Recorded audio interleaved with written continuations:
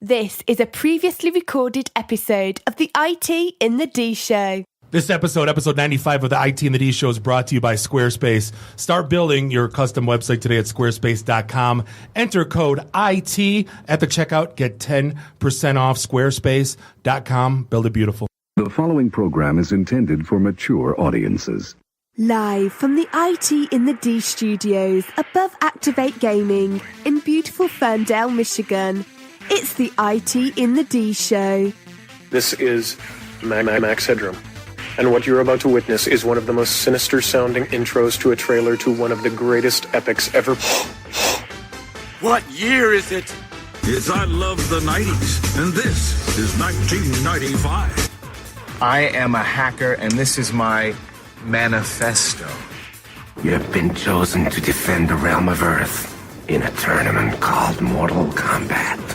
Hey, this is John Schneider from Nip Tuck, Smallville, the haves and the have-nots. Oh, Dr. Quinn, Hot in Cleveland, Secret Life of the American Teenager, and just about everything you can possibly imagine. And oh yeah, the Dukes of Hazzard. You're listening to Bob and Dave. It's the IT in the D Show.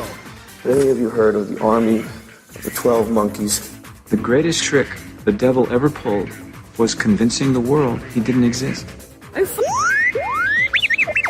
Dig you IT geeks. This is Dre DeMatteo from Sons of Anarchy. You are listening to IT in the D. What happens when you tap the angry beaver in the bunghole? Exactly. Come on. Tries. What the hell with this? I'm calling a break. We'll come back to this. Show. Hi, this is Ralph Macchio, and you're listening to IT in the D Show. Wax on, you know what. Let me tell you why I suck as a salesman. I had an overwhelming sense of ickiness. What's up, everybody? This is Billy Zapka, Sweep the Leg, listening to IT in the D Show. No mercy. Beware the ground on which you stand. The floor is quicker than the sand. You're mocking me, aren't you? Oh, no. Hi, this is Martin Cove, John Kreese from the Karate Kid movie, and you're listening to IT in the D. Now back up, put the gun down, and give me a pack of tropical fruit bubblicious. And some Skittle. This is Scott Steiner, Big Pump. IT in the D Show is your hookup. Holler if you hear me. That guy in a little coat. You're in your underwear, I'm in my underwear. Here, let's hang out. No, I'm sorry, honey. I have a headache. I definitely want to see Bob in his underwear. That's a fact. He's a disco dancing, Oscar Wilde reading, Streisand ticket holding friend of Dorothy. You know what I'm saying? When are men going to learn that women want romance, not Mr. Toad's Wild Ride? We decided to make it female so that it would be more docile and controllable. More docile and controllable. I guess you guys don't get out much. We got screwed at the same time. Yeah. My plastic surgeon doesn't want me doing any activity where balls fly at my nose. Well, there goes your social life. Tried to screw me some more very uncomfortable ones. What, like the back of a Volkswagen? It's just too big. It's way too big. Damn! We just lost our clean tag on iTunes. Houston, we have a problem. Oops, my bad. This is Robert Hayes, Jet Striker to my mother. When I'm not hanging out at the Magumbo bar, I'm listening to the IT and the D Show. It's worse than Detroit. Get over here! Is there such thing as a meat hangover? I love my Monday meat stick. Turn your microphone off. Just get out. So brings you to Las Vegas. I came here to drink myself to death. Last year, I spent more money on spilled liquor than you made. Woo! Hackers are a grave threat to the national security. You are a sad, strange little man. Hey, folks, this is WWE Hall of Famer Hacksaw Jim Duggan, and you're listening to the IT in the D Show. Tough guy. Ho! Now that's how you supposed to drive. From now on, that's how you drive. Fight the planet! Bye, guys. Be good.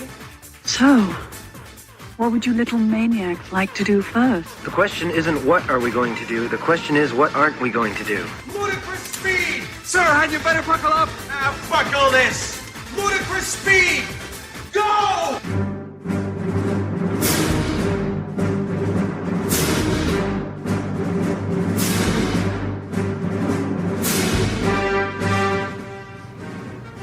Welcome back. Thank you for listening once again. This is the IT and the D Show, often imitated, never duplicated. This is episode 95, the June 8th edition.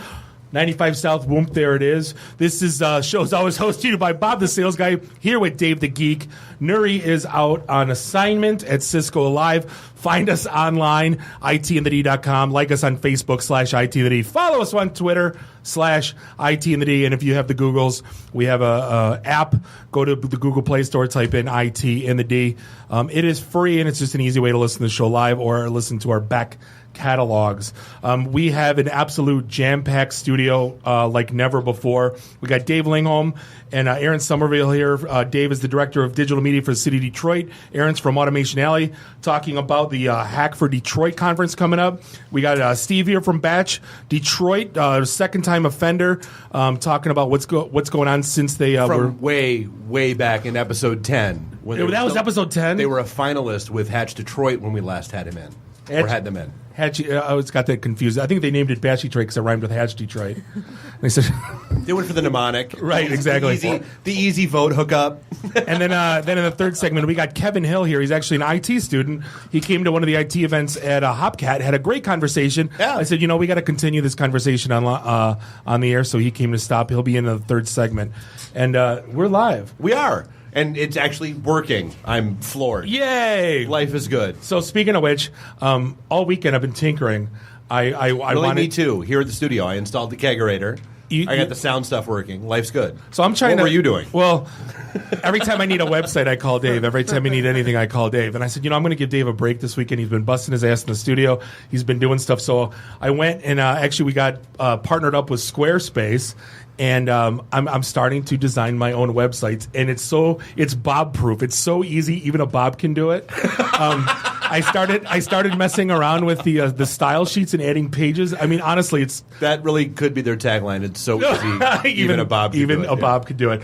But honestly, I'm a complete idiot when it comes to this stuff, and I breeze through it, and I'm about halfway done with my own personal site, which I've never had, and I'm happy to do it. And it looks it looks as good as any of the stuff from Theme Forest. So actually, we partnered up with them. If you go to squarespace.com and use coupon code IT at the checkout, you're going to get 10% off. Literally, it's you get a month to try it out. I think 14 days. Either way, you get to try it out for free. If you don't like it, don't have to sign up. I actually just signed up for a year. It was really that easy. They give you a free domain, so it's as much as a GoDaddy domain. But yeah, $8 a month to have an awesome website. I mean, what's not to love? So if you go to squarespace.com/IT, 10% off your order, and we appreciate them being on board with our show. Yeah, good times. So yeah, let's. So where do we begin? Should we begin with the things that make us feel old? Where it begins. How about we talk about our events and stuff coming up? I guess we should. So we did have our event last Wednesday, our 2-year anniversary show, the 2-year anniversary of the podcast, the very first episode we ever did, and our very first episode we've done live in a bar, which was interesting because we had a jazz band in the background, and it actually the sound came out well. And they were good. Yeah, and so for those that want to listen about what we talk about when we're live in a bar. There's the announcement that went out today. It's on the bottom of it. You can hit play and listen, and life's good. Or it's out on our SoundCloud channel the way that everything else is. I can't believe 10,000 people already listened to it. It's a lot higher than that now. Oh, my God. Well, it's funny because I opened up a Periscope, and all of a sudden we had 15, 20 listeners, and I go, it's like... You had it focused on Katie, that's why. Exactly.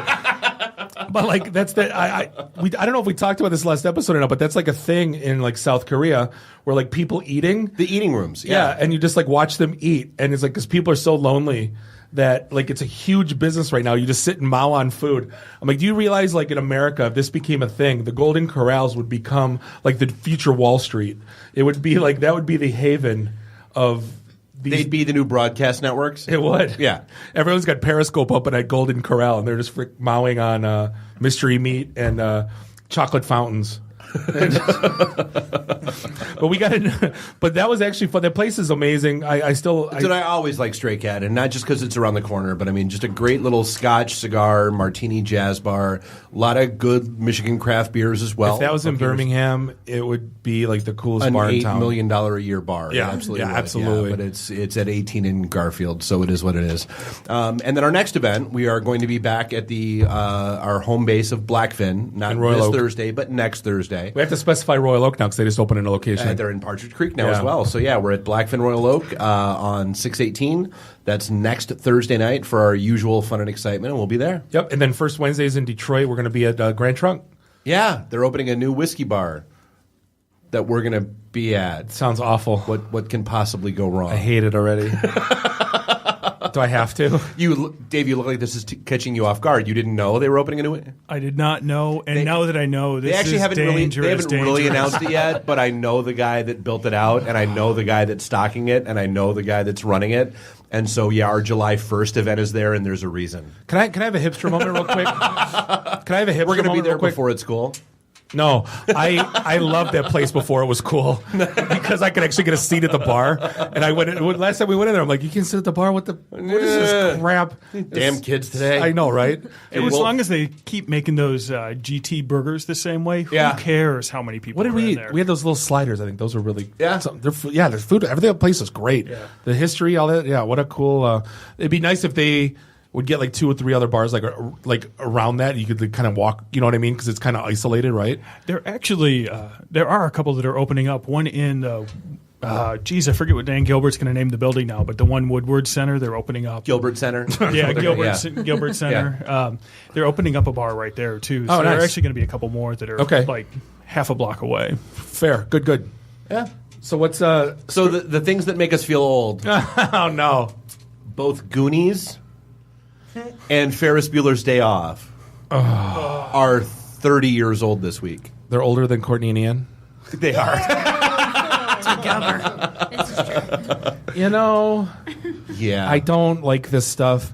We have this conversation all the time. You know the movie Christine with Stephen King? I think I talked about this like a month ago. Right. If they were to redo Christine today, it would be a 1990 car. Just think, like, if that doesn't make you old. And now that Goonies is 30 and Ferris Bueller is 30, like, I don't like any of it. It sucks. It's bad and it needs to stop. But so let's transition from the sad to the things that make me laugh. Oh boy. Like, for example, the member of ISIS that posted a selfie. He didn't know geotagging existed. He didn't know pictures? geotagging was a thing. And so within 24 hours after him posting that selfie, the United States Air Force bombed the ever-living hell out of the ISIS headquarters in Syria. Does he get Dupa of the decade? He may well, yes. Because that's just... I'm just saying, you don't... How do you not know these things? That's the greatest story I read all week. I'm not And going to he lie. probably had GPS turned on because he didn't want to lose his Google Maps. Right. Like, I'm not sacrificing my freedom. I want to find my way to the best falafel in the area. Exactly. You know where that falafel is. So as I upload a photo, and I invite the U.S. military in. No, it's an old story, Dave. When the whole Bin Laden thing went down, somebody actually created Bin Laden's compound as a Google place. So of course people started giving it restaurant reviews. So of course I gave it a 1 star and I said try the falafel, gave me diarrhea, and I think it's still there today if they didn't delete the thing. So, it's social media for you, right? I'm just saying. Which is why you don't trust reviews on social media. We've had this conversation. I don't know. But I've heard the meatball sub is really good. No, it's a thing. We beg people to give us 1 star reviews, worst meatball sandwich ever, even though they're a podcast, but that's all right. We embrace those reviews. Well, actually, there was a thing with some restaurants are like middle finger up to Yelp, and they're like 20% off if you give us a 1 star review on Yelp. We want to jack up the system. I think that's hilarious. That's outstanding. We talked about that. Yeah, the Italian place, the Italian joint, the guy was doing that in. Outstanding. Yeah, absolutely. Good times. Yeah. So we've got that. We've also got. Oh God! Thank God for this one. This was the story that made me happy. There was a rumor floating around the internet that made me nervous for a while that Hot Topic was going to buy ThinkGeek. No. And I'm not going to lie, the shudder that ran up my spine about having to walk into a Hot Topic to find ThinkGeek items really made me unhappy. You don't want to add some skinny jeans and a retro ironic band tank top? No, so I guess good, bad, or indifferent. Some leather wristbands. GameStop outbid Hot Topic. Thank God. For the parent company of ThinkGeek. So now you can buy your used video games with your Scotch Ice Cube dispenser in the shape of a Death Star and all the other fun stuff that's out on ThinkGeek. You know what? Can I go on I haven't done a Godfather rant in so long. And I want to destroy one of the local media pieces that came out this week. I know exactly where you're going. Can Can we do this? Don't hit the music. I don't don't hit the know music. that I have that handy, but so, go ahead. Yeah. Listen, they've never written a thing about us, so I could give a shit if I burn a bridge with them. But Corp Magazine, you wrote the dumbest article I have ever read in my entire stinking life. We wrote a blog maybe 8 years ago talking about that one. talking about Yeah. stupid title guy with these clowns that still think it's .com calling themselves, "Ooh, I'm Chief Troublemaker," or "I'm Sassy Firecracker," and it's like this person that wrote this is the editor of the freaking magazine and gave validity to it and actually said ninja is okay to call yourself in any context. So I can be sales ninja and put it on my card. Go, I'm funny. And this stuff, it's 2015, and this stuff gets passed off as proper business. No ninjas, no gurus, no wizards, none. Chief Inspiration Officer. No fancy ketchup. No. What's wrong with CIO? That Chief Information Officer? You got to be Inspiration Officer, right? Chief People Officer. What happened to just being the HR manager? Wasn't that it's not good enough? No, honest to God, my card says beer inspector. This is what she writes. Listen. No, I want to read this real quick. Ninja anything, right? Okay, let's just work with me here. Lots of companies add the ninja title to imply that a person is in charge of this task is doing the job so well they've slayed the competition. Ninja's not seen, so it just ruins the whole. Thank you. Yeah, because you're not supposed to know who the ninja is. Isn't that how that works? Yeah. Oh my God. Yeah. Well, I guess that could be anyone at Home Depot working then, because you never see those guys anywhere. Yeah, they're never around when you need them, ever. But there was people like, I remember like sales guys. Until you don't need them, then everyone's asking, "Hi, how's your day? How are you doing?" Until you grab one of those step ladders on wheels to grab something off like the fourth shelf, then they are right there. Like 8 of them. You don't roll down the aisle like dancing in the rain on those things? Right! That's when they show up. That's how I shop for paint. No, I remember I remember when we wrote that blog and like sales guys were calling themselves rainmakers because I'm like, man, unless you're Native American, just cut that out right now. You got no business. So seriously, there's no reason you should have a dumb title these days. It's 2015. Just knock it off. And for them to promote it, you get the gas face this week. Yeah. So and also in that same vein of the gas face, the purple one. No, there was the fun little article that came out that the Red Cross somehow managed to blow $500 million, $500 million, and in the process built 6 houses in Haiti. They tried to justify it by saying there's not enough talent, there's not enough labor to but build they them. still spent. I know. $500 million. Was it spent? And they built 6 houses. And the 6 houses they built were all out of wood, which is a material that's not available in Haiti. Right. No, they're all for Zuckerberg and Bill Gates. They built like these 30,000 square foot mansions for those guys on the water. No, I'm just kidding. No, they were like model homes, like built by different companies to like test. Oh, this will be good for rain. This will be good for earthquakes. But they have built them all out of wood and exotic materials, which is not readily available. Because nobody that actually lives on the island of Haiti would have known what they should build a house out of. No, those are dumb people that have been living there for thousands of years. Yeah, what would they know? No. Yeah. They're 1,000 years old? I don't know. I'm just making shit up. Oh.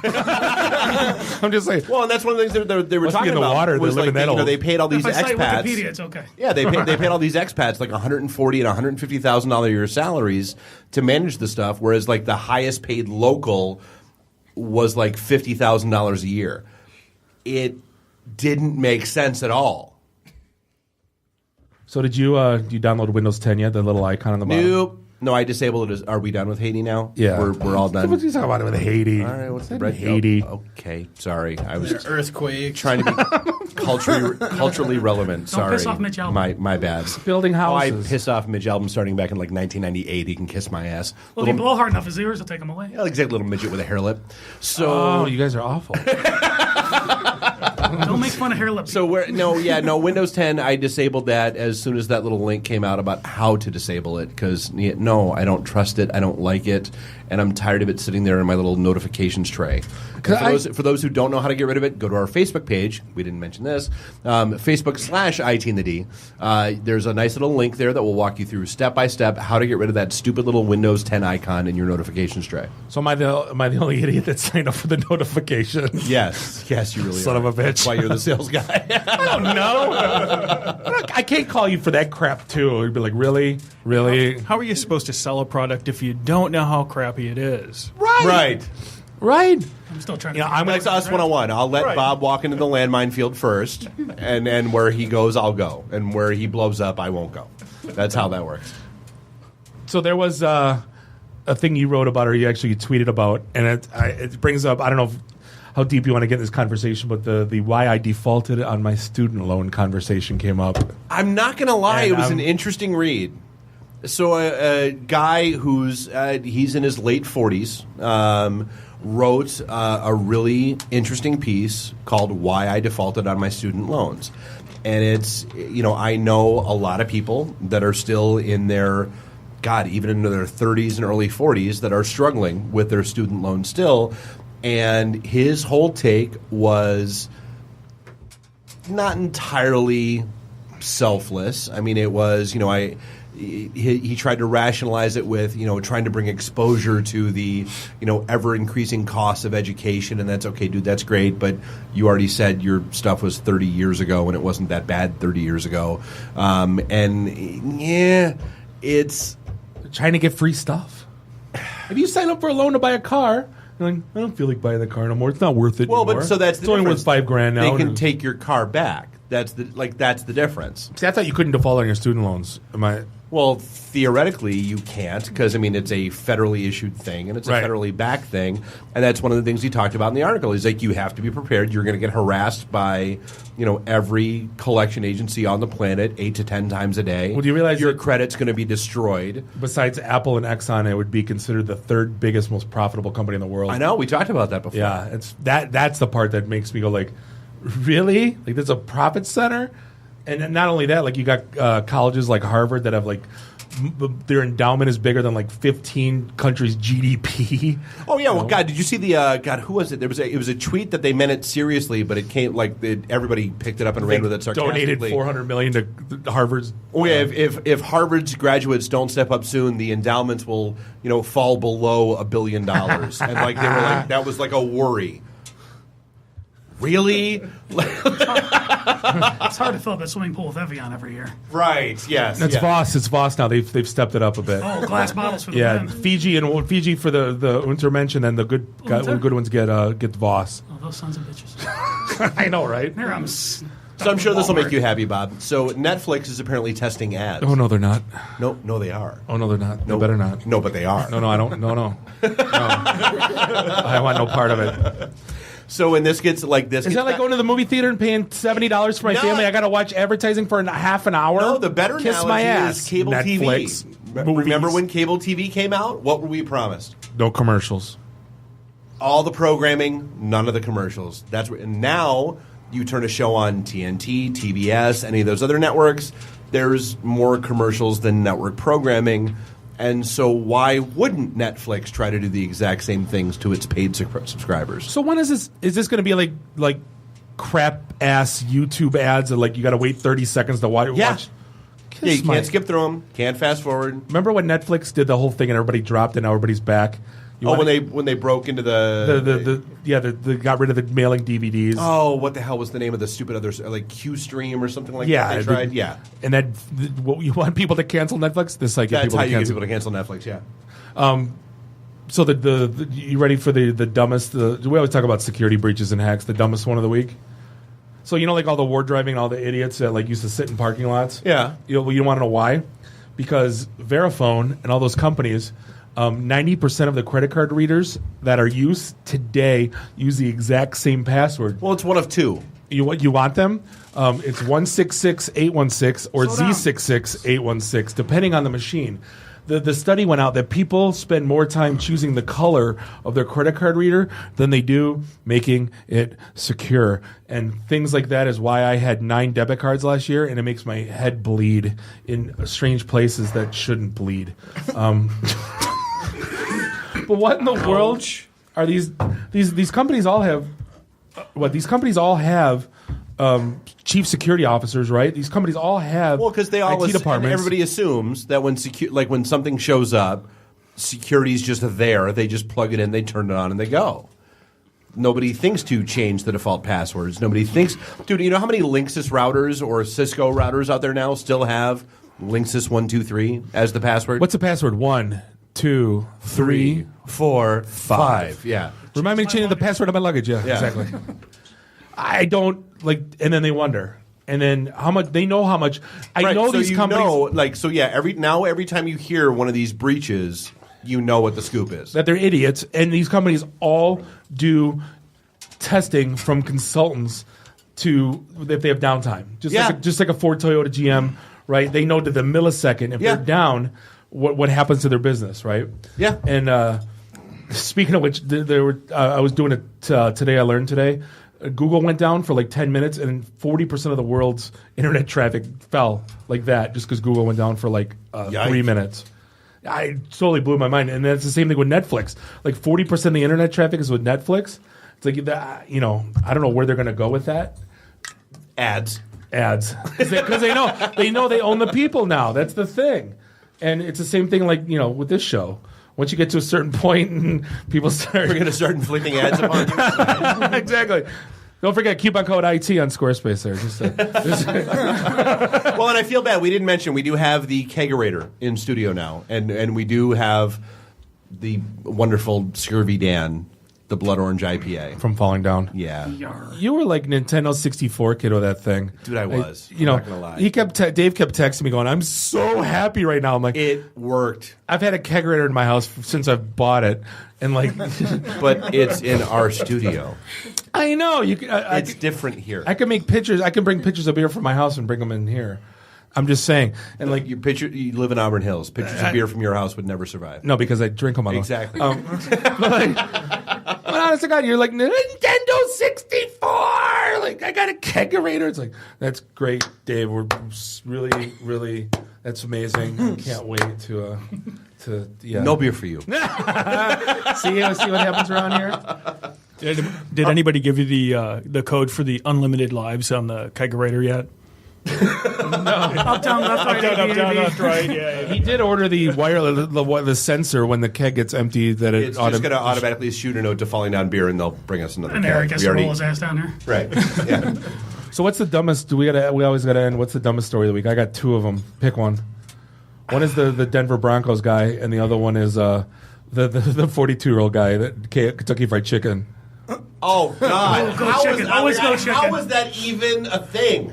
I saw the video on it. I'm nauseated. I needed to watch music videos just to cleanse my head. Breastfeeding in public is a hot topic. It's like something that people either get or they don't. They're either comfortable with it or they're not. Hot topic. And they're trying but okay. The difference being this woman got asked to leave a Kentucky Fried Chicken because she was breastfeeding her 42-year-old son. Yeah, 42. They're British. I don't know if that changes anything. Yeah, it makes it tangier. And he had bad teeth. He has less teeth. So yeah. No biting. And there's a video, and it was shocking that he's never had a real girlfriend, and I was shocked. Quelle surprise! Just like what in the world? Yeah. But yeah, he's doing this. He does this in a Kentucky Fried Chicken because he had to wash down the mashed potatoes. They might have been a little dry. So he's like, "Ma, pull one of them udders out." She's 78 years old. The thing's got to be shooting dust. I don't know. It's like evaporated milk at this point. The dude goes to carnation condensed milk. Yeah. She's like easy on the teeth because them things are like choppers, like shark teeth. You know. Saw the video. This guy's and it's like Kentucky Fried Chicken has the audacity. Now all of a sudden they're going to come under scrutiny for kicking them out. The groups they're going to stick up for them. There should be a limit. I'm not going to lie. If they're old enough to ask for it, that's too old. Agreed. Yeah. On that note, we're going to take a quick break. We'll be back with. Thank God. We'll be back. This is the IT and the D show. I'm nauseated right now. See you in a sec. We'll be right back. Read, meet, listen. Hi, I'm Brittany Daniel from The Game, and you're listening to IT and the D Show. If you're a reseller of IT solutions, the original equipment manufacturer should not be your strongest competitor. At Quantum, we understand the true meaning of partnership. We work with our channel to deliver industry-leading solutions together, all the time, not just when it's convenient for us. Heck, we don't even have a direct sales force. Quantum is looking for a few good partners. Call 586-745-4DXI to get started. That's 586-745-4394. This is a previously recorded episode of the IT in the D Show. Welcome back. This is segment 2, episode 95. This is the IT in the D Show. We're sitting here above Activate Gaming in the TriNet corporate offices in beautiful Ferndale, Michigan. This is Bob the Sales Guy, always sitting here with Dave the Geek. Nuri the FNG is on location in the West Coast somewhere. Find us online, itinthed.com. Like us on Why is he Facebook. at Cisco Live and you're not? Aren't you a Cisco guy? I'm a sales guy. They don't want us there. Good point. It's for engineers, the smart people. Yeah, they don't. They let us go to this. I get to go to the sales conference where no customers are.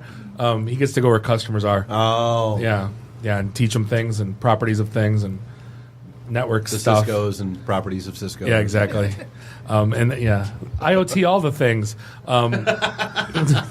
Where would I leave off? Follow us on Twitter /ITinthD. Download our app on the Google Play Store. ITinthD, no spaces.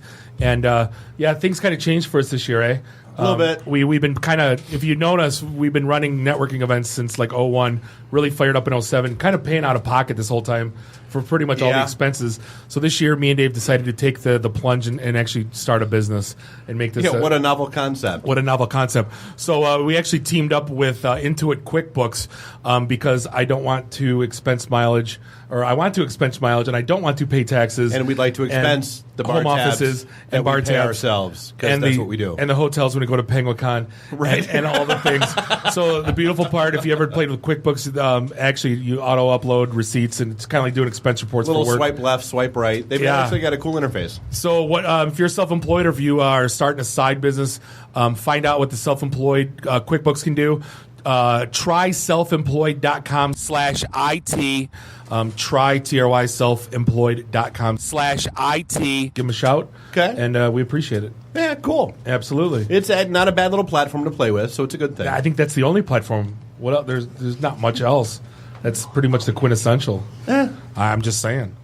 So we're privileged and honored to have a couple. So speaking of /Detroit. Yeah, exactly. We got a couple more slashing, please. We actually privileged and honored to have a couple great guests. We have the David Lingholm here. He's the director of digital media for the city of Detroit, and we have Erin Somerville here. She's the media relations specialist from Automation Alley. Appreciate you guys coming out. Thank you for especially even though we're not technically in Detroit anymore, but if you lean out the window, it's right there. No, my passport works here. Don't worry about it. It's right there. We have our friend Jeremiah. He lives in the city and he works for S3 and he does Daily Detroit. And you could see him twitching because he's on the other side of 8 Mile. So. Yeah, no, I know he feels like he's detoxing when he comes out here. Right, exactly. I completely get it. There's the $6 Uber radius is where we know that's where he'll go. Right. It's the $6 Uber radius around Jeremiah's house. That's right. Yeah. So just before we dive into what we want to talk about, I need to ask, City of Detroit, obviously direct. Are you managing? The dauntingest task in my existence would be like managing the City of Detroit social media. Are you even touching that on the surface, or what part do you play in that? We're really starting to scratch the surface there, because for a while we had 3 different mayors in a matter of 4 or 5 years. Right. So it was just a lot of chaos, people opening accounts all over the place. And there's one thing that most people don't consider when you're doing social media, especially in a government context. It's all subject to freedom of information requests. I don't know. I can never say FOIA right, so just FOIA. They're all subject to FOIA requests. So we actually have to archive anything that you say on any social network. There are protocols that we have to follow before we can delete things, or we're in violation of FOIA. So there's an added burden that people don't think about. So really I've been at the city for about 9 months now, and it's really getting my head around what the different channels are, what the differences are in government, in terms of reporting and what we have to do to comply with different things like FOIA. And then just try to rein people in. I can't imagine the Reason number complaining that goes down. 3,412 that we will never run for office. Let's be clear. Just no longer above us. I'll add to that list by the end of the night. Don't you worry.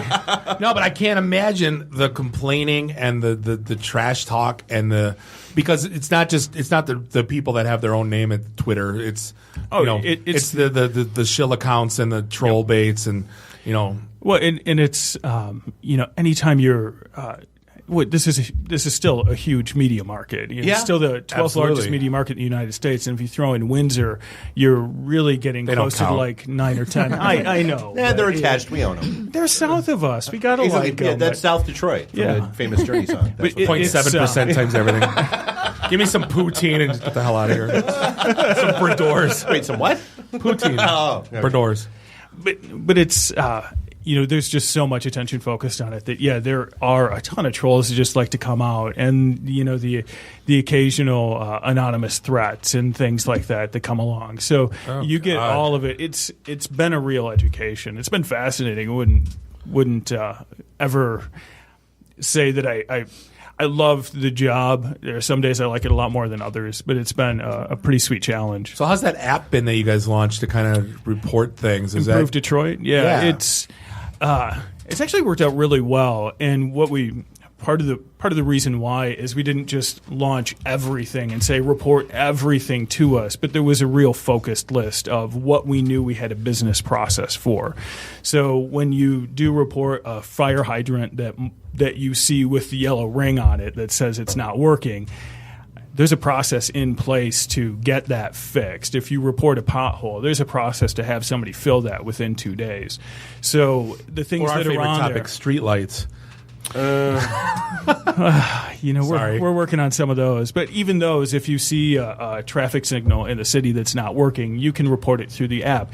I do recommend you stop the car, pull over, take a photo. Don't do it on the road, but don't do it while you're driving. But it's worked out really well because we've made sure that there's a business process in place on the back end.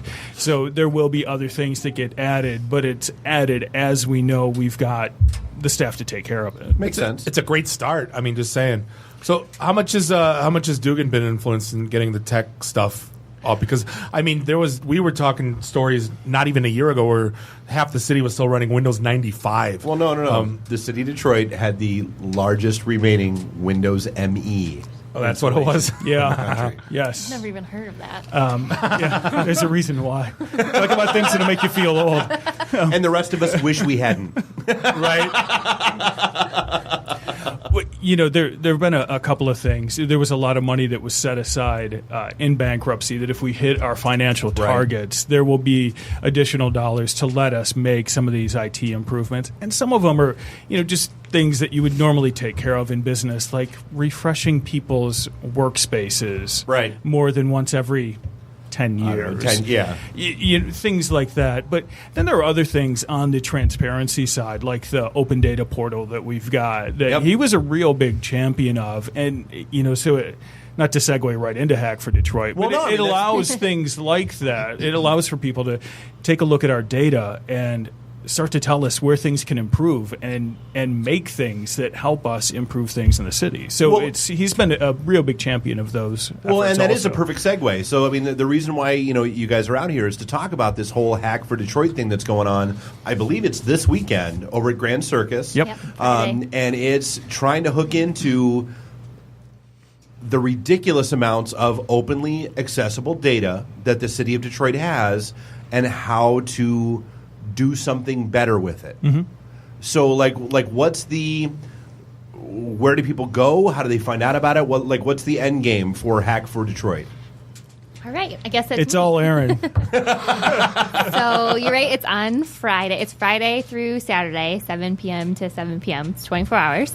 And it's at Grand Circus. And if you would like to a lot of Mountain Dew, a lot of Cheetos being bought right now. All sugary junk food. Yes, we will make sure we're really good at Automation Elliott at making sure people don't go hungry. So there will we'll be code for Monster. That's the hashtag. Yes. Right.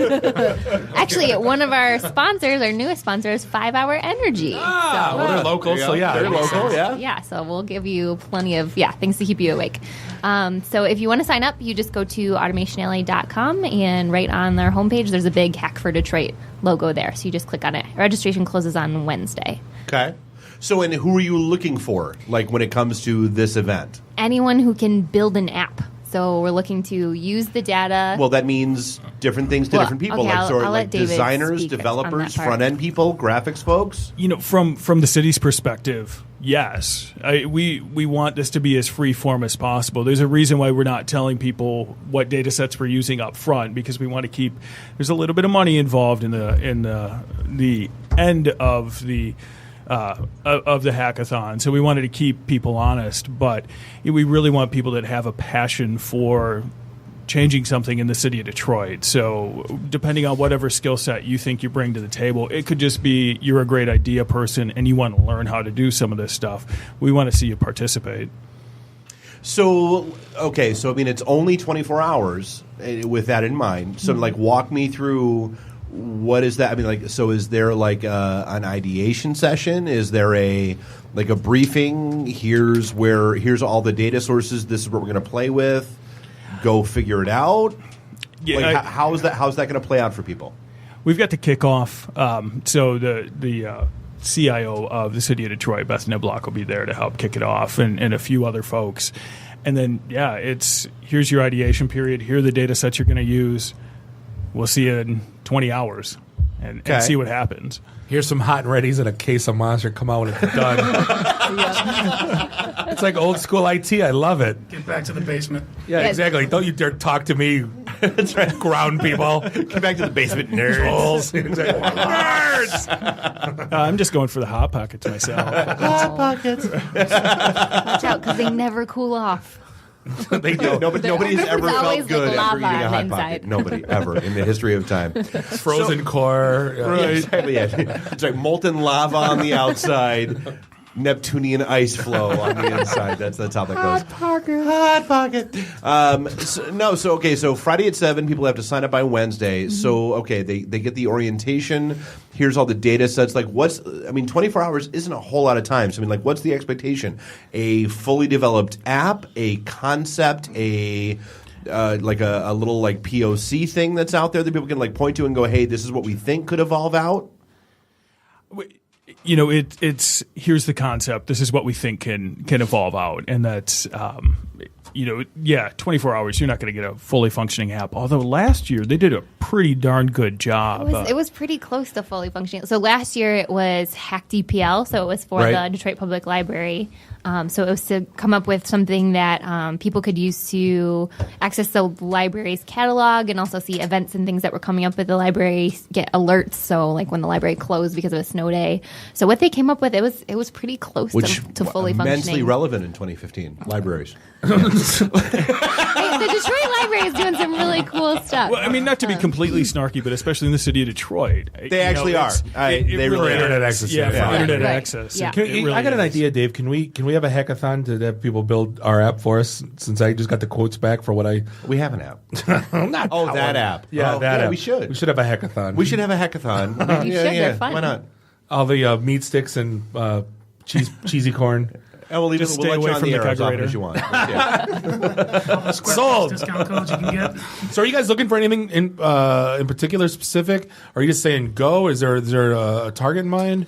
What's there's got to be. Yeah, we really need to have. I won't say that we'd just like to have more people sign up. We've got a little bit of cap space before we have to close off the event. We probably have about 10 more registration slots left over. So if we can get those filled, then we'll feel like we got a real full event, and we've got a really good shot at getting something that's going to be a useful product. At the end of the day, we're hoping for a pretty good idea, but this is something that we would, from the city's perspective, really like to see somebody be able to take a good run with. We've got a growing civic tech in Detroit. The civic tech community is growing. They're getting more vibrant, and we want to see this happen and see it be a win for a team to just help nurture that community. And there will be a more specific direction on the day of the event. So on the event day, we'll say, this is the part of the data that we want you to use. So it's not just a free-for-all, use whatever you want in the data portal. They'll find out the day of the event. This is the chunk of data that we want you to use, but we're keeping that secret until then so that it gives people more of a fair shot. But But until then, please go check out DetroitMI.gov/data. Because there might be a few hints out there that you can play with. Yeah. We've only got 120 something data sets out there, so do a little homework. Can we go make a streetlight app? There you have one. How about a Detroit Applebee's? How about app? an Applebee's app? That's what we need. Yeah, that'll work out great. I can't wait.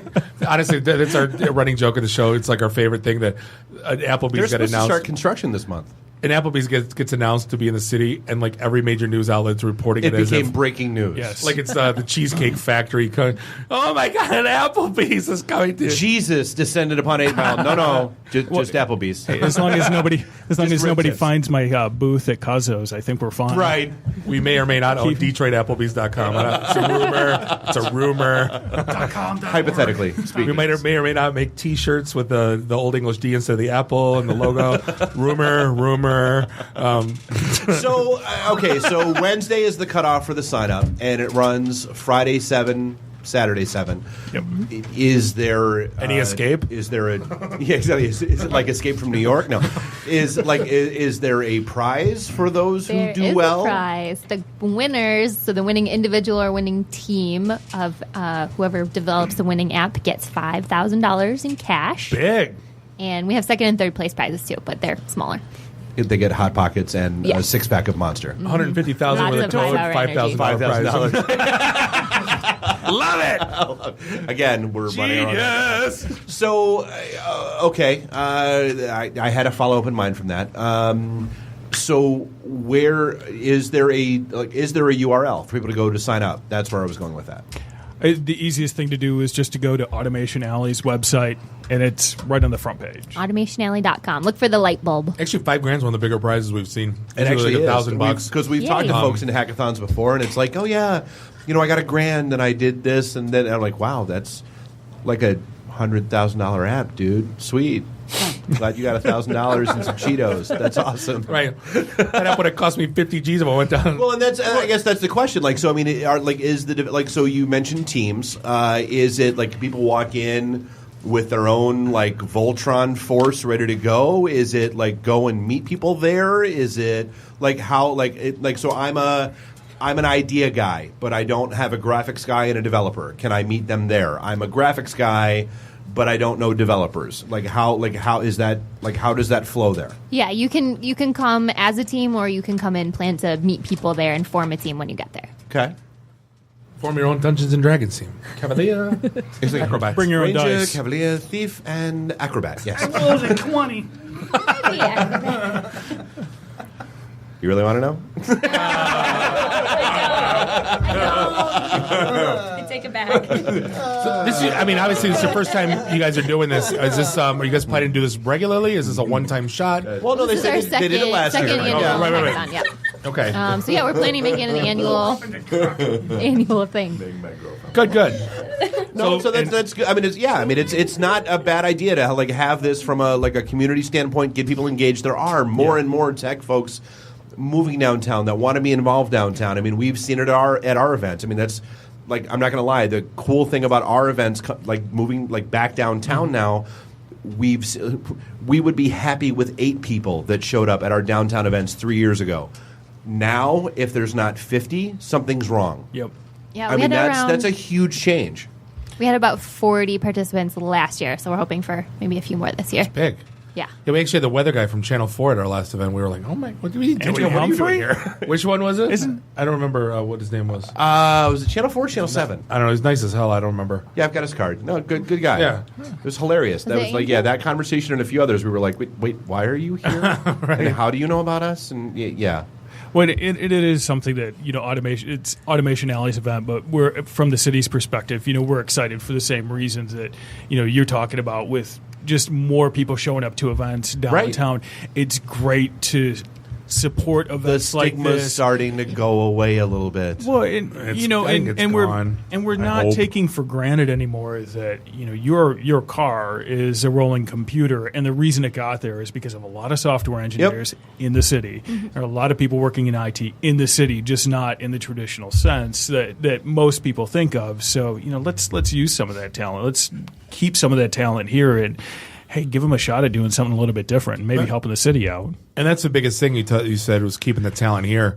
It's funny, we have our Pink Slip parties at the Majestic, and people come up to me and going, "We're hiring." I go, "Great, what are you looking for?" "Well, we're for Dallas." I'm like, honestly, if that's it, Then get out. Leave. Yeah. Please. Let's not defeat the whole purpose of us being here. Well, it happens like once or twice a week on the LinkedIn group. Somebody will try to join. Hey, I see you're in Nashville. What's up?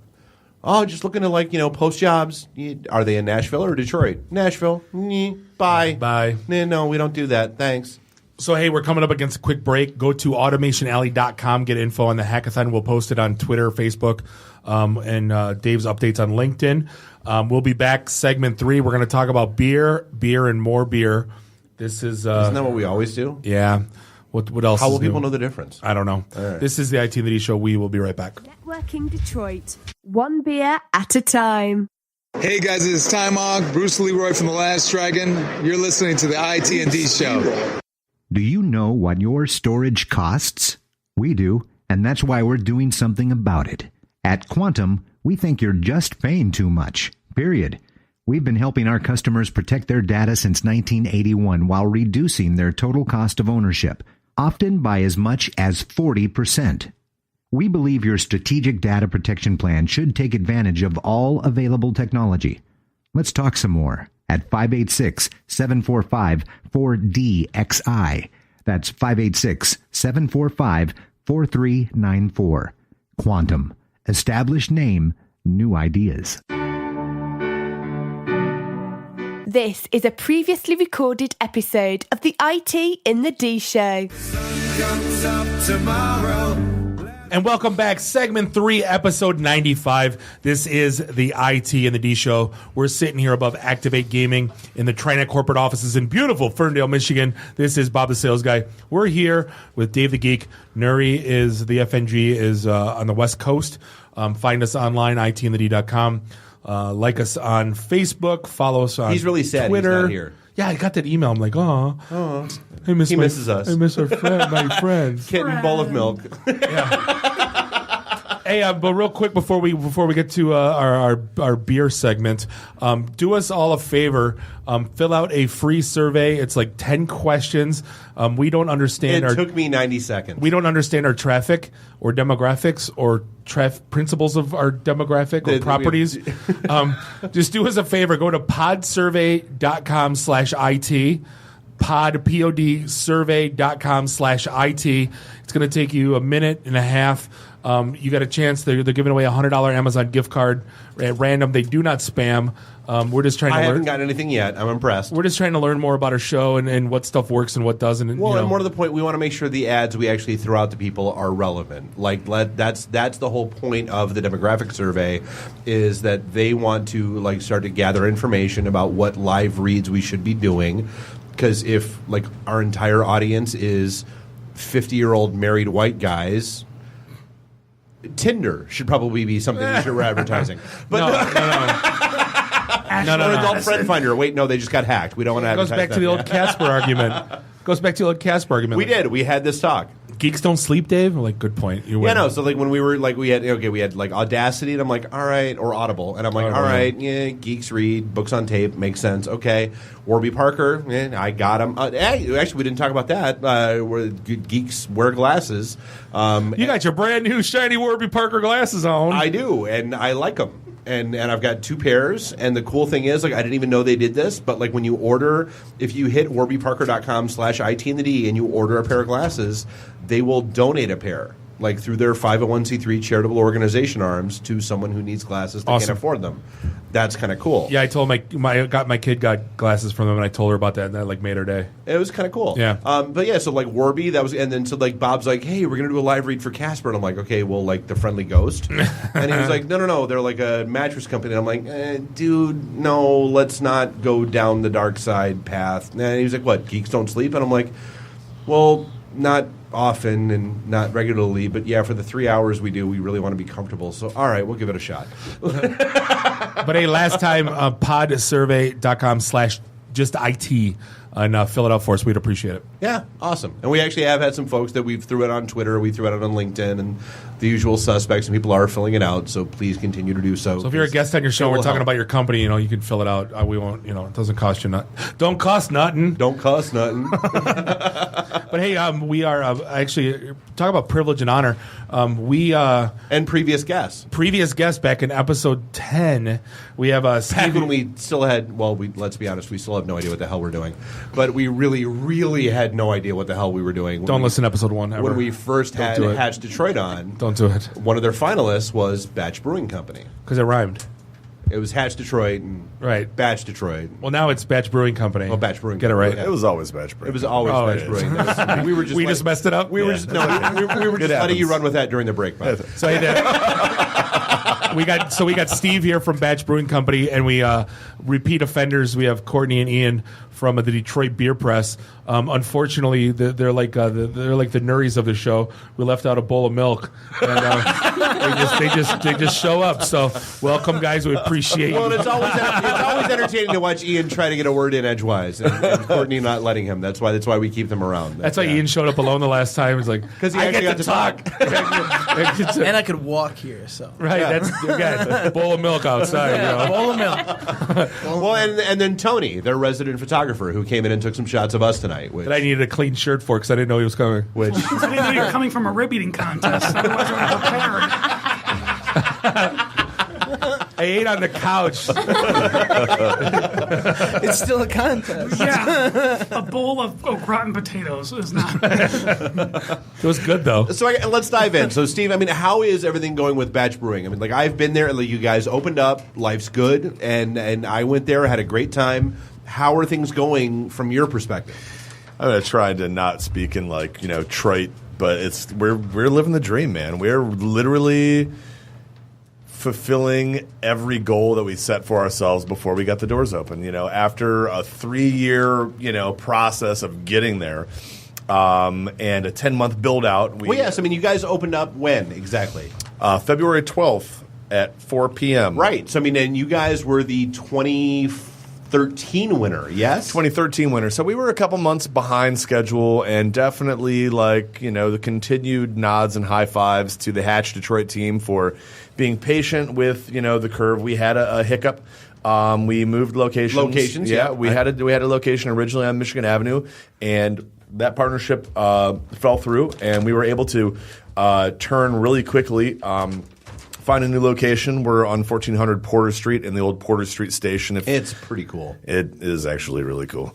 We bought this building, and it was just a turd when we bought it. It was just an awful, ugly building, but it had potential and some interesting character, and we put 10 months of our lives into turning it into what it is. And did you play the Revenge of the Nerds song, "Put one foot in front of the other," while you were renovating it? I'm just envisioning that in my head right now. No, we did not do the whole that. montage thing. That would have been great to speed video the montage, play that song. Never mind. We played a lot of metal. There was a lot of metal. There was a lot of metal, a lot of energy drinks, and surprisingly cheap beer and cheap whiskey involved in the build out. Even though I drink really lovely bourbon and I make craft beer, what was involved in the build out were neither of those things. Things that we shall never speak of yes, again. Absolutely. bad memories. So now you guys have been up and running since February. What should someone expect from when they walk in the door at Batch for the first time, for those that haven't been there yet? What I like to think that people can expect is one of the best service experiences they're going to have in any restaurant that they've been to in Detroit. So it's not just beer? It's not just beer. We have a full kitchen, and we take the food every bit as seriously as we do the beer. We make beer. The reason we opened was to make beer. We keep 12 beers on tap and a couple more on deck that are ready to go at any given time, and we take it very seriously. That's why we open. But the food is every bit as good as the beer. And beyond that, the quality of the experience that customers have when they walk through the door usually leaves them pretty boggled. We're not very spoiled in the way for good service in a lot of restaurants in the city of Detroit or even Metro Detroit. And the people that work at Batch Brewing Company are every bit as passionate about the thing that we're building as, the 4 founding guys are. So the people that work behind the bar and work inside the kitchen want to put out the best food they can and create the best experience they can. They're knowledgeable about the product, and they want people to walk away like thinking, I feel like I'm leaving my friends, barbecue or their living room, and this was effing phenomenal. Like, what a great time. Well, it sounds like, I remember continuing the conversation, I kind of remember some of the people you guys are talking about is you wanted to build more community than you did just a beer place. And it sounds like from what you're saying, for us, it's a cornerstone of this whole thing too, is building that community and having people trust you and talk about you and going, oh man, the experience was phenomenal. The food was insane.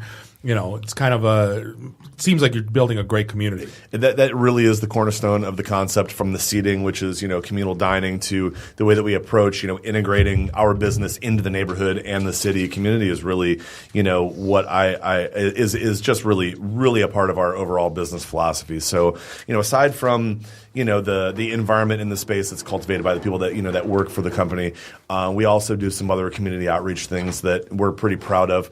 We've got an initiative called the Feel Good Tap. Every month we partner with a different nonprofit in the city of Detroit, and we work with that partner to develop a beer that reflects their brand or their vibe or something about them that's kind of cohesive. We brew that beer with them in mind, and then every pint that we sell of that beer, we give $2 to them for to further their initiatives. Phenomenal. Yeah. So right now, our partner is the Cabrini Clinic. It is the oldest free healthcare clinic in the United States, and it's a block away from us, 1234 Porter Street. The federal healthcare initiative, federal free healthcare initiative, has been around for 56 years. They've been around for 65 years. I might be getting those numbers wrong, but it's like right in there. So this small clinic is our current partner, and we brewed with their head physician, their medical director, Dr. Schooley, is a home brewer. And it's gotta help. Oh, it's awesome. So I mean, the beer that we brought a couple beers here today. The Feel Good Tap from this month and the one previous. But the one that we have on tap right now is, we call it the Dr. Redhead. She sent us a recipe. Dr. Feelgood. Yeah, right. She's the doctor, and she's a redhead, and she called the recipe her redhead ale. So we took her recipe, massaged it a little bit, and we produced it. And it's honestly, there's nothing wrong with massaging a redhead. Nothing. There it is. I was wondering what that bell was for, but now I know. Okay, cool. There it is. Nice. So anyways, it's so much fun to be able to, take what we're doing. I mean, we're a really young company. We've been open for 3.5 months, but to make this kind of community outreach like a part of our overall business model, to carve those dollars out. And I mean, at the end of the day, it's the customers that are really, paying that dollar. So we carve that out, and we try and make small differences in the community around us. The partner before was the Detroit Hispanic Development Corporation, another neighbor. And next month we are doing a partnership with the Motown Museum. We're doing a beer that we're going to call the 4 Hops. Okay. Motown. Great name. Yeah. So we're pretty excited to have community be such a big part of what we do. Because they ain't too powder bag for donations. None whatsoever. None whatsoever. That's a Temptations, Dave. Whatever. So are you guys looking to go like the distribution route eventually? Like put tap handles in like the Blackfin type of thing? Or are you guys content kind of doing your thing? Blackfin would be what I mean. our first choice. But yeah, totally. Yes, yeah. So we're definitely Old Miami there. Go. Yeah, we're definitely going to scale. We're definitely going to scale what we're doing. So we're the first nano brewery in Detroit, but we're about to add some 10-barrel tanks, and that's going to give us a lot of flexibility to scale what we're doing and start not only to push out some kegs into some of the establishments who really want to see our beer in, like Slows will be of the first, definitely. One-Eyed Betty's in Ferndale, BFD, places that people go to learn and experience beer and think about and talk about beer. Those are high on our list. Was that BFD Friday? Yeah, it's a great place. Physics, absolutely. Properties of physics. Exactly. But we actually are about to start bottling. So we're gonna be bottling here pretty soon. We're gonna be doing bottle conditioned beers as well as some other stuff. There's some pretty exciting stuff we're working on. Really not in the can because Bob loves it in the can. I do. That's There's nothing. She did it again. Nice. We get when I go to BFDs, usually I get 4 or 5 try this, try that, the bourbon age and all that. And then when I'm ready to pound beers, I get the Black Label in the can. So, of course, she's like, would you like it in the can? I said, no, I'll have it right here, thanks. And just completely went over her head. I go, God, so that's twice now. The guy at Roast, same if you thing. can't play along, just don't. No, the guy at Roast did the same thing on Valentine's Day. I'll never forget this. I said, I'll have the Norm's Raggedy Ass from Griffin. And he goes, would you like it in the can? I look over that way. I said, no, I'll have it right here. Same line. And he just goes, and he just kind of glosses over and just pours it in a glass. And I'm like, oh my God, European vacation. Don't please tell me you've seen it. Would you like to kiss me on the veranda? No, the lips of the fine. Yeah. I've been waiting to say this line for 15 years and you just ruined my moment. So Cordy and Ian, from a Detroit Beer Press perspective, just to rope you guys in. So I mean, how, from what you guys are seeing with all the breweries and all the different places that you guys are talking to, how common and consistent is that approach with everything else that's going on in the market? Well, it's great to establish a tap room environment beforehand. I think distribution is a really odd market to try and branch out. You got to make sure your product's good first. You got to put that passion, like Steven was talking about, into your product first, and then worry about people drinking it in other places. Make them come to you first, and I think that's the best way to do it.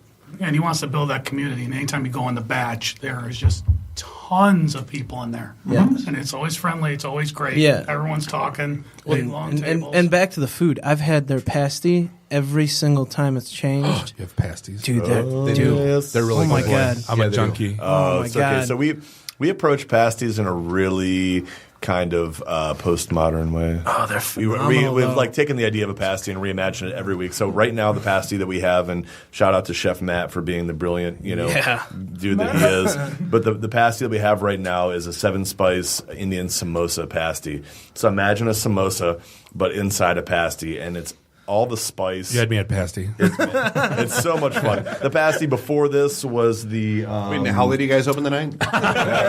Totally. The chicken jerk. Yeah, the jerk chicken. See, I know this. I know totally. the. Yeah, Ian's a huge fan of jerk meat in general. He's fluent. Yes. He's fluent. Absolutely. Yeah, I mean, she doesn't let me talk, Dave. I know. I'm stunned you're in this bar. I have said nothing. He's fluent in craft dinner and pasty. Yeah. So yeah, I mean, we have a lot of fun. Like I said, we take the food as seriously as the beer, and we reimagine the menu all the time. We're working on adding a Sunday brunch very soon. We're going to debut the first Sunday brunch on Father's Day because, if you're a father on Father's Day, where do you actually want to do brunch? How about a brewery? Yeah, totally. Yeah. So, if we complain enough on Yelp, will you give us free brunch like Punch Bowl Social? there's no complaining on Yelp. There's no complaint. I had to ask that though. How are you getting? Do you get people going? I really came in for a lager and they didn't have to my liking. Are you getting crap like that, or is it pretty normal? We're actually pretty lucky, man. I mean, 3.5 months, we have 30 or 40 reviews. We're still in the knock on wood 5-star department. Honestly, quite frankly, who I see get here that's like a Bud Light. Nothing. Actually, we get that one a lot. We get that one a lot. I like light lagers and blah blah blah. So you drink Bud Light? Yes. Yeah. What do you have? Anything that's like that? Water. Well, yeah. My wife brought home grapefruit shandy, and I just shook my head and walked out of it. You're still married? Yeah. At least she's trying, man. Yeah, she is. Grapefruit shandy. Could be worse. Could be. Way worse. Yeah. We sit at the bar enough. I've heard I'm gluten free. Do you have anything for me? We're working on it. We're working on it. Get out. Yeah. That's a cider, isn't it? That's all you get. Yeah, cider, wine, liquor, whatever. Yeah. But I have a friend named Dixon that really wants to make a cider. 2 fingers? That's the funniest story we've ever had. The guy's first name was Dixon, and he's a home brewer. And we're like, hey, have you ever made a cider? And he's like, no, why? No. And he's like deadpan. Seriously, we're like, really, you've never tried to make a Dixon cider? Not once. And there it is, folks. Yeah, there's the name of the badge. There's no copyright on it. Feel free to use it. Probably gonna happen. Not gonna lie. I'm gonna claim that as original content. Feel free. We own nothing. Just give us a beer, we'll be happy. That's all we ask. There you go. The Detroit Dixon cider. DIXON. Oh yeah, DIXON. Yeah, like Mojo. Yeah, right. Yeah. Oh, Mojo Nixon. Dixon cider. Never mind. Oh no, we gotta know where this was going. Yeah, exactly. Continue. Mojo and Dick, let's go. Right, exactly. The punk guy, Mojo did. Never mind.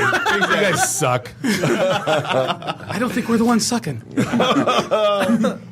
So, from a Detroit Beer Press perspective, you guys are on issue 6 now? 6. So, it's out there, and I'm not going to lie, I love this 5 issue. is out there. We're working on 5 6. is out now. Yes. 6 is in progress. Yes. So, yeah, I'm not going to lie, I had a few folks who have read my mixologist article that weren't entirely happy with it. Oh, and I'm okay with that. You catch hell for that? I did. Yeah. Nice. And I caught hell from Well, the people that... didn't Yelp get you guys? Yeah, 2 months after issue 4 came out. I still have yet to see what Yelp said Oh, about you guys. I will shoot you the link. Yeah, I want to see. Who the hell's Bob Dave? Never heard of him. Who the hell's Bob and Dave from IT and the D? Who are those guys? Man, Stupid. But we didn't Who are give a those shout guys? out. Talking smack. No, they We published They didn't you. even mention that it was Oh, like. man. I found this Yeah. article and they were bashing Yelp people, and I'm like, oh, the one in Detroit Beer Press that I linked to 2 months ago. Yeah. That's the article you're bitching about now. That's okay. Yeah.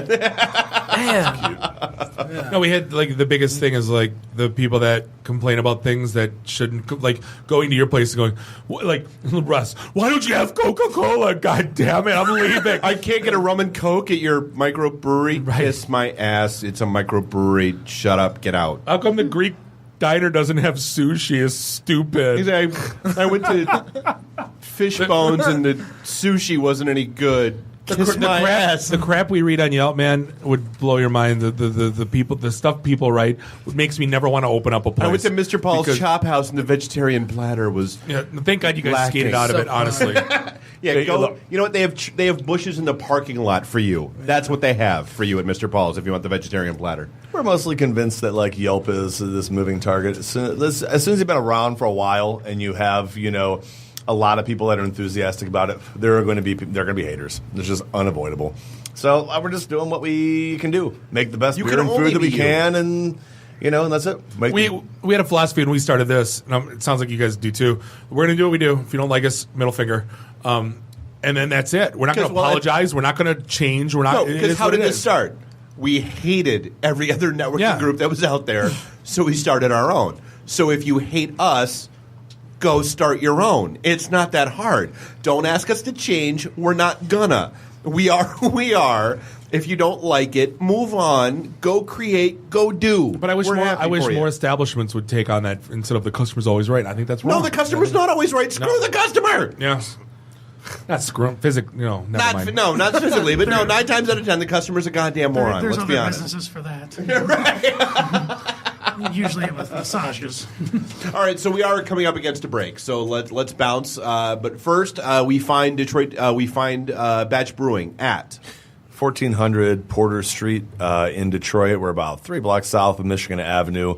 If you know where Mudgee's is, we're about a block west of there. What about online? BatchBrewingCompany.com.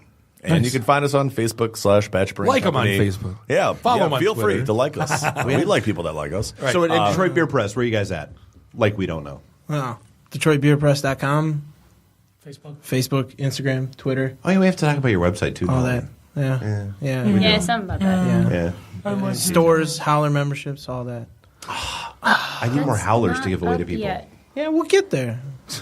I do. I need more howlers to give away to people. We have people Viewers, asking. you cannot see how disappointed We have Courtney is absolutely right now. no howlers right now. Yeah, So give all the us howlers about a are gone. week before I get howlers. Ignore him. The kid is nagging. You're the one who let him talk this time. That's This the is first what I thing you get. said. Rules. This is what I Sign-up list available. get. Howlers will be available next week, not this week. All right. Well, hey, we appreciate you guys hanging out. Thanks for bringing the beer. Yeah. Steven, we'll look forward to seeing you at Batch. Thanks for having us. This is Thanks, man. we'll be back with segment 4 with Kevin Hill. This is the IT and the D show. We will be right back. In the D. Read, meet, listen. Networking Detroit, one beer at a time. Hi, I'm Ernie Hudson, and you're listening to IT and the D. All you nerds out there. This is a previously recorded episode of the IT in the D show. Welcome back, segment 4, episode 95. This is the IT and the D show. We're sitting here above the Activate Gaming Lounge in the TriNet corporate offices in beautiful Ferndale, Michigan. As always, this is Bob the Sales Guy here with Dave the Geek. Nuri is out at Cisco Live. Find us online, itinthed.com, because we are IT in the D. You MRFers are still not, never will be. Kiss my ass. And you can try to be all day, and it's not going to happen. But we've had there might be a backstory there. There's just a little. Go read some of our blogs. By the time you get to the 372nd one, you'll find the second most popular one on our front page. It's on the front page, like sticky. There's the I took my daughter to a comic store and wacky mayhem ensued. David versus Goliath. The one that we're telling you to go read. Did you ever read that blog that Dave wrote? Hi, I'm Dave. I'm a middle-aged white guy. That was good stuff. Detroit, sorry. The comic book blog that Dave still wrote takes 1,000 unique users a day. It was getting retweeted in like 8 languages. I'm jealous. It almost killed our site. Like it did. Like for the better part of 2 days, I was losing my shit all over him. I was like, dude. I'm sending him screenshots of like our live stats, and I'm like, I didn't gear for this. Like I didn't. We usually get 500 to 600,000 downloads, or I'm sorry, page views a month on our site. Yeah, we did that in a 2 days. Yeah. Well, and you start freaking out because you're just convinced that your service provider, your own service provider, But we do our own. Most of them would like just slap, just you cut for you having off, and that kind of traffic. No, and it was, like me, I was like, oh God, please don't crash. And I've activated every caching plugin, optimized everything, and I'm like, Bob, I don't know if we're gonna pull through this. Well, that's the funny. Like I'd say 99% of everything was positive. They retweeted and said, "Go Dave, awesome." Then that 1%, man, was they were vicious. Oh, you caught on it.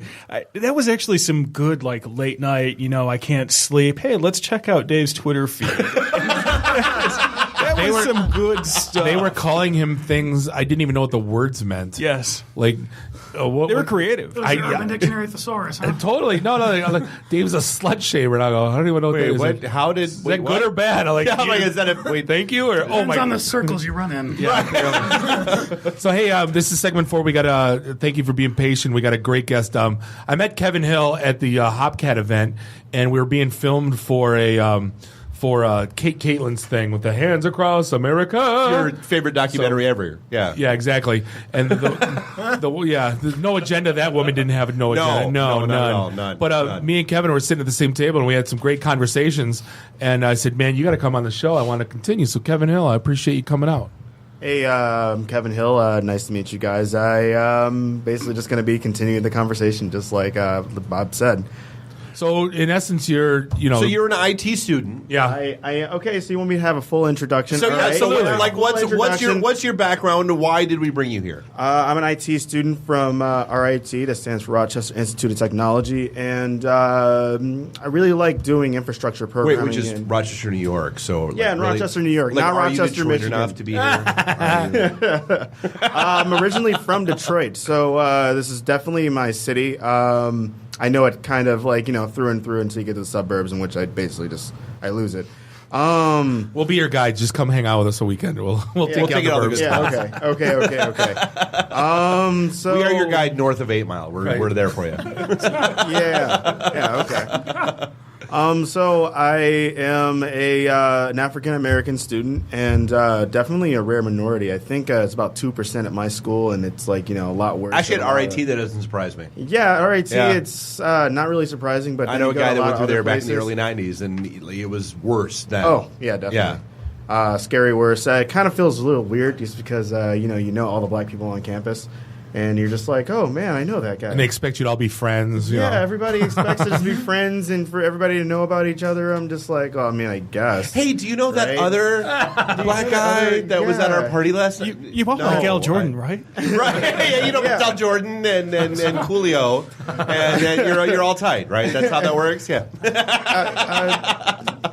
Okay, so I'm tight with like a small section of them, but not all of them, right? It's just and people are just like, well, but you're black, you have to know each other. I'm just like, no, it doesn't work it that doesn't way. work Yeah. exactly that way. It's just more of like if I find you a cool person, I'll just hang around you, right? It's just kind of like same thing. Bob, you're German. You know Hans Hingelschmitz, don't you? Like, no. That's like, yeah, Dave, you went to Boston U. You know there were 30,000 people in the graduating class. Kiss my ass. I got No. that from HP all the time. I'm Right. like, there's 50,000 Michigan HP employees. Like, leave me. Like, No, I don't.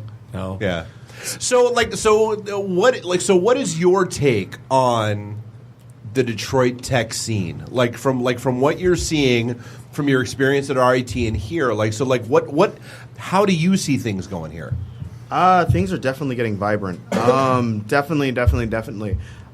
So Quicken Loans is still actually hiring, and actually they're doing a whole lot of things with a bunch of other companies. We don't talk about them on our show. That's the Q word. Okay. Bad. Just kidding. Okay. But definitely, I've been going to a lot of networking events, getting to know a lot of different people, and from what I've seen, there's a lot more startups than I actually remember. Oh, a ton. Yeah, than I actually remember from like a long time ago. Yeah. Actually, before I was in technology, but basically, my family's been in technology for a very long time, so basically, have a lot of experience with a lot of that stuff, and I don't remember nearly as much, right? No, and I mean, and that's one of the challenges that some people are facing right now. I mean, it's okay. So do you go work for name, whatever that name might be in the industry, or do you go ahead and jump in and take the chance with a startup? And because I mean, there are a bunch going on downtown. I mean, it's not it's not just the name companies that are out there now. I mean, there are got 100, 150 little startups that are 2, 3, 6, 12-person shops, but they're doing such good things, and there's so much going on. Like, how do you make that call? You make the call based on exactly how much risk you're willing to take, right? If you're a very risk-averse person, don't do it. If you are pretty okay with it, though, just go ahead and do it. Don't live into other people's dogma while you can, right? And then try out and see if you can just kind of pave your own path. Yeah.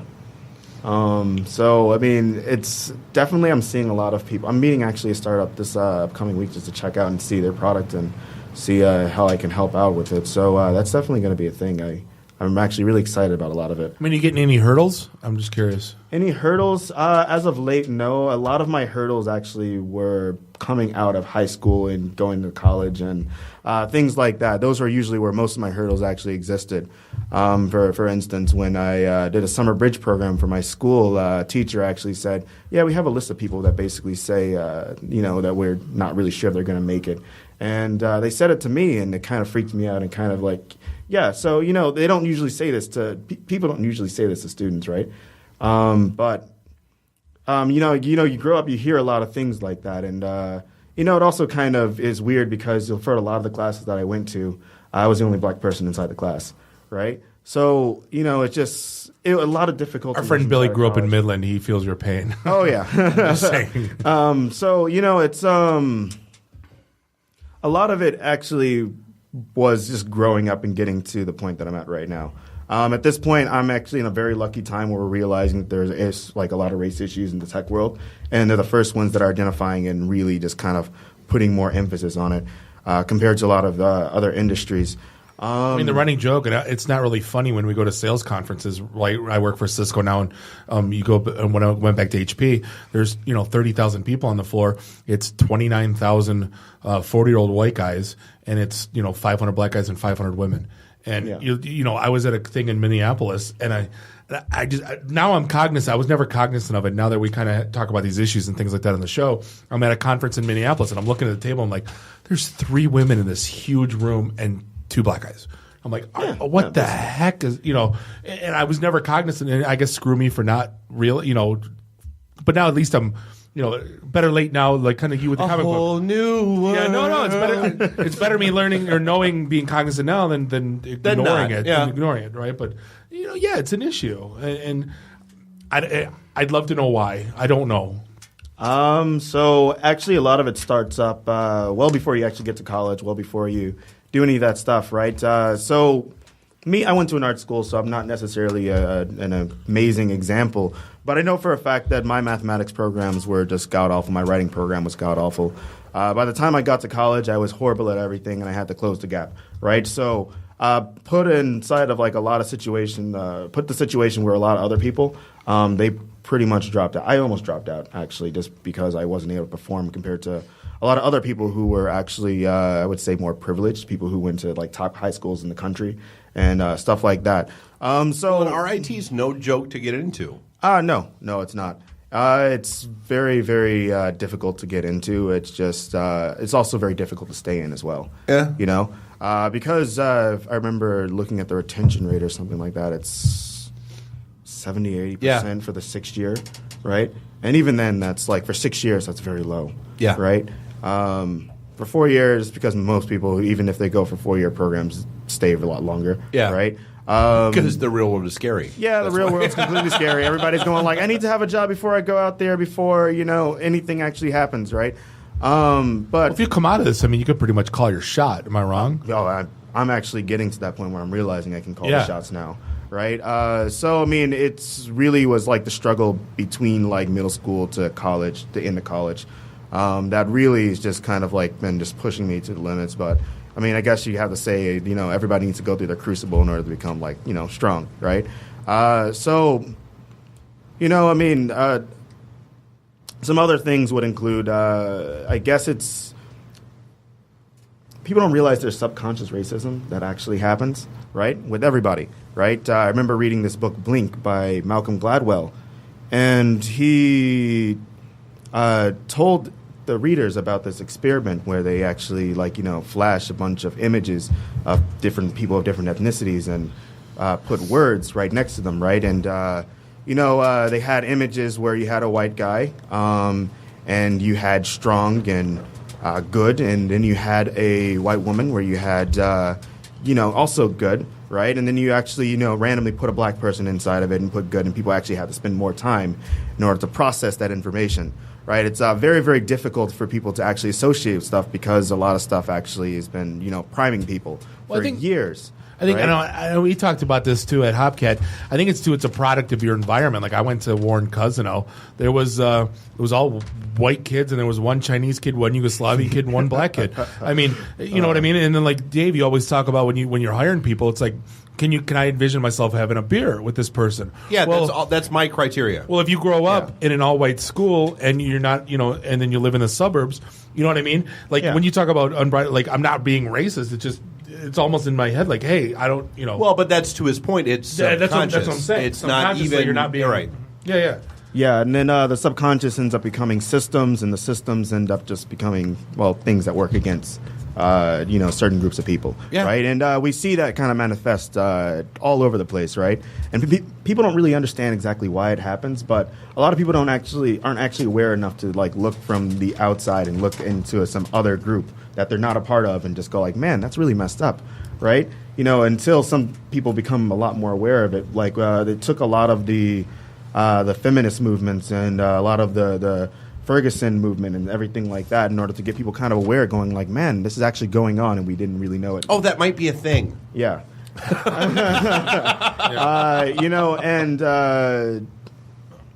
Well, I lost what I was actually saying. Well, no, I mean, and like that's the God. How many conversations we get into, like where we dive in somewhere on Facebook in some chat, where it's like, why does that matter to you? Like, why does it even? Like, why is that a thing? Me and Dave got yelled at for sitting at the same table and smoking a cigar at our last event because we're not being inclusive. And because we're old guard white boys, as opposed to we just did a 2-hour live broadcast and we wanted to sit down and have a scotch and a cigar. That's all it was. So that's I think understand that. Yeah, no, we're like, wait, what? Yeah. Like we're overly cognizant of trying to be inclusive. We kinda are. You have to be. It's society. It's life. You know what I mean? There's I don't want there to be the damn clubs going on. I want the best people around. You know what I mean? Like if you're hiring an IT shop, dude, it comes down to I don't care what the color of your skin. If I can hang out with you and have a beer and we can have a chat and life's good, yeah, you're good. We're in. That's how it's supposed to be. But that's there are apparently too many people that don't have that same point of view, and that's what kills me. Like, I don't understand why that's even, like, I don't get why it's 2015. Why is that a thing? So other than people suck. Well, yeah, that's number people one. Definitely suck. That's actually number one for everything. Yeah. People do a lot of things, they suck, and then therefore it just kind of is bad. Yeah. Right? But the reason why a lot of people don't have that criteria is because a lot of people were trained not to have that criteria, right? You know, they're not trained just to go like, hey, I'm just here to have fun and just trying to, like, you know, get my job done and everything, right? Instead, people are kind of trained just to, you know, follow certain beliefs and follow what, you know, their parents told them or what, you know, their grandparents told them and things like that, you know? Dude, everyone should be like my kids. Like, so my 5-year-old son. Okay. My 5-year-old son, like, literally, so he's got, like, 2 friends. Like, he just finished, you know, the whole preschool thing, and he's getting ready to go into kindergarten. And he has 2 friends. He has White Andy and Black Andy. It means nothing more than there are 2 kids named Andy. That's the white kid. That's like, and that's all it means to him. Yeah. That's how, like, that. What, like that? Why does it matter? That's the Joe Rogan line. He goes, "Kids aren't born with racism; it's taught." He goes, "You know, my 2-year-old kid hates naps." Right. Broccoli. That's what I get. Exactly. Yeah, I mean, I'm not gonna like that. Like that's, and I guess that's why it's. But again, I mean, it goes back to the whole. Whether it's the 10 commandments of networking and everything we just kind of like we accept as second nature and just should be is not like that's one of those things where I don't get it. And you learn the hard way. You can't tackle it. You. No, because I wind up on Flashpoint on Sunday morning at 11 a.m. He was on Flashpoint. Really? Yeah. Okay. He wrote a pretty pointed blog. No, saying, I didn't apologize for shit. He basically said, if you don't like what's going on in the city, Get involved. Do something, get involved. And it was really that's all it was. That's like that was the whole like I agree. And 2 other blogs Right. pointed out like this white guy from the and suburbs. Doucheline thinks- Detroit took my little and made me a racist. And didn't just do that. And then Metro Put his Times put his full name, and where my he LinkedIn works, dude, his LinkedIn profile. Dude, the Doucheline Detroit is dead to me for so many different reasons. They can kiss my ass. But then Metro Times did even worse. Like they picked up the excerpt of the excerpt and ran with it. Screw them all And over the Metro place Times too. said this white guy from the suburbs said, if you don't like what's going on, leave. And which, if you read the thing, you know what I mean. Nothing was said of like anything negative. It was just saying, hey, don't sit in the coffee house and bitch. Like, go get involved. Get a group of people. Get a Kickstarter. Go raise money. Go grab a shovel. Like something, anything. Just get involved. Oh, and but Download the Improved Detroit app and start reporting things. but then but then the free press. Hashtag cheap plug. But the free press runs an article today, basically saying the exact same thing I did, Word for word. almost literally the same thing I said, and that's okay because they're free press, and yet that and they're But I say it, I'm an asshole. It's all good. And then right after, we picked you guys up for an article and published it. I know. Why did all that? We were cheap clickbait to you. So I mean, we know where we were. Here's the thing, Kevin, that you're doing a little bit differently. Most people that are going to school and they're going for IT aren't working in IT. They're working at Starbucks, or they're making money on the side delivering pizzas, whatever it is, but you're actually working in IT. So you're going to come out of this thing not only degreed, but with life experience. I mean, you're pretty much, like I said, you're going to write your ticket. It's kind of going to be fun to watch. Oh, yeah, that's definitely the plan for me. I definitely want to actually come out and just do what I want to do. Just remember us in 2 years. We want to book you again. All right. Well, in 2 years, you guys are going to see me. You're going to see me high flying, doing whatever the heck I want. Right? Exactly. So remember us in 2 years. I'll definitely remember you guys in 2 years. So right now I'm doing IT work. I'm trying to get myself networked inside of the entire community. And I'm also helping my mom start up a company called Weyn. It's spelled Weyn. And basically it's about gamifying education, just because my mom actually was in the educational industry. She started a school for at-risk youth, an alternative high school, back when I was inside of middle school, the ending stages of middle school, and the beginning stages of high school. It was a contract school by DPS, and sadly was closed down. Actually, that's what made me a lot more aware of, like, you know, what reality really is. You know, made me more aware of, like, what was really going on. A lot of stuff because, you know, growing up in the middle class, you know, you kind of get trained that, oh, it's their fault this, their fault that, right? You know, the people who you gotta own it, man. You gotta own it. Nobody's fault for nothing. I mean, it's but at the same time, though, when you have people who are getting like shot at and they have no economic potential, Point and, taken. You know, they have all sorts of things. They have to react inside of certain ways that actually would allow them to survive, right? So they need money and they can't get a job, even at like, you know, a place like McDonald's or something like that, right? What do they start doing? They start selling drugs, right? Which is actually definitely. Isn't this the plot of New Jack City? It could be. No, maybe, yeah. But it actually reminds me of a kid that I'm not going to mention his name, but he actually, you know, did all he possibly can to provide for his brothers and sisters, right? Because basically both of his parents weren't inside of the house. So let me drop some. You know, my grandparents were immigrants, right? Both sides. Yeah. I'm 42 years old. I just found out 2 months ago. My grandfather had a still in the basement that could have rivaled that of Valentine vodka that the family never told me about. So when you talk about socio and economic stuff, you know, my family came over here with $40. They ran shine. I mean, it's all. Yeah, you got to do what you got to do. Absolutely. I will not fault anyone if they need to pick up and do whatever. As long as they're, every great fortune, there's a great crime. Absolutely. Oh, yeah. So, I mean, we're going to wrap things up, Kevin, but, you know, this is a lesson learned for anyone that's in, you know, that's in college or that's studying right now.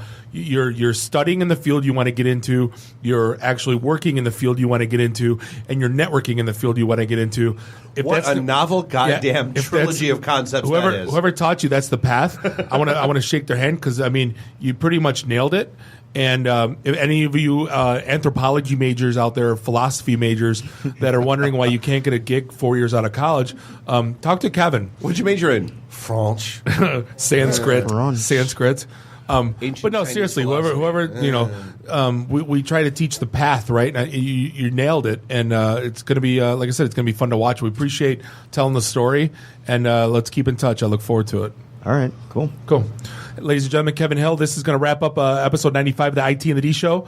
It will. So, Dave, where do we find out about the Hack for Detroit contest? Go to automationalley.com and just search for the hashtag Hack for Detroit. It's the number 4. The number 4, correct. Detroit, all right. Batch, where do we find you guys? BatchBrewingCompany.com or Facebook /Batch Brewing Company. Okay. And then Detroit Beer Press. Like people don't already know. Find them at a bar. Yeah, that's probably the best part. Facebook.com/Detroit Beer Press. Twitter / Detroit Beer Press. Instagram / We don't pay you. Stop it. And we're not going to. But hey, you pay me in love. Appreciate So much listening love. to us and hanging out. We will see you next week. You don't got to go home. You just got to get the hell out of here. Drink up your drinks. Get Drive your phone safe and numbers. get your numbers. Yeah, exactly. Get your phone numbers. Beat it. See ya. The emergency destruct system is now activated.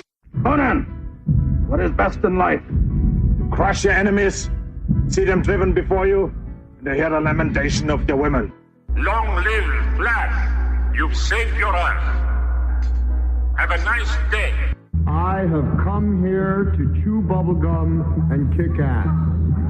And I'm all out of bubblegum. Nice shooting, son. What's your name? Murphy. Make the run. The run. Game over, man. Game over. It's over, Johnny. It's over. Nothing is over. Nothing. You just don't turn it off. I can't say no, and I don't really want to, so. Well, especially with the back doors open. Yo!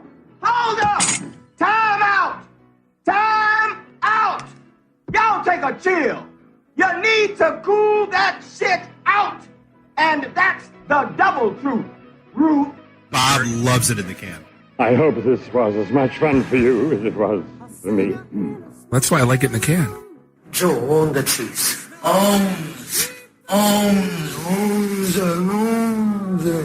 Fear me.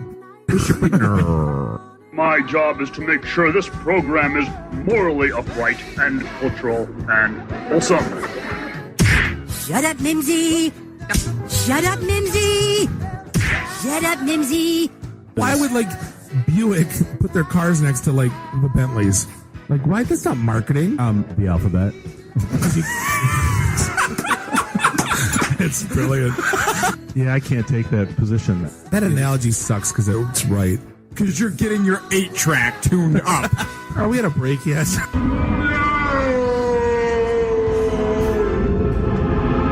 Yeah, so now I'm just like doing like stupid stuff to make me laugh. Venture capital is not the end game. When are we going to talk about me? Jane, you ignorant slut. It's my show. I can say what I want. Yeah. Kiss my ass, go home, unplug, get off the goddamn internet. You are everything that is wrong with the internet right now. You're so white right now. I'm the whitest guy in the room. Just explain it to me. I love this city. I was banging on the wang. Really? Should we talk about this? Tag team it. Should I keep going or should I stop? Can I just say, it's been great being on a show that talks about Mickey Rooney dying for 20 seconds and then poop for 10 minutes.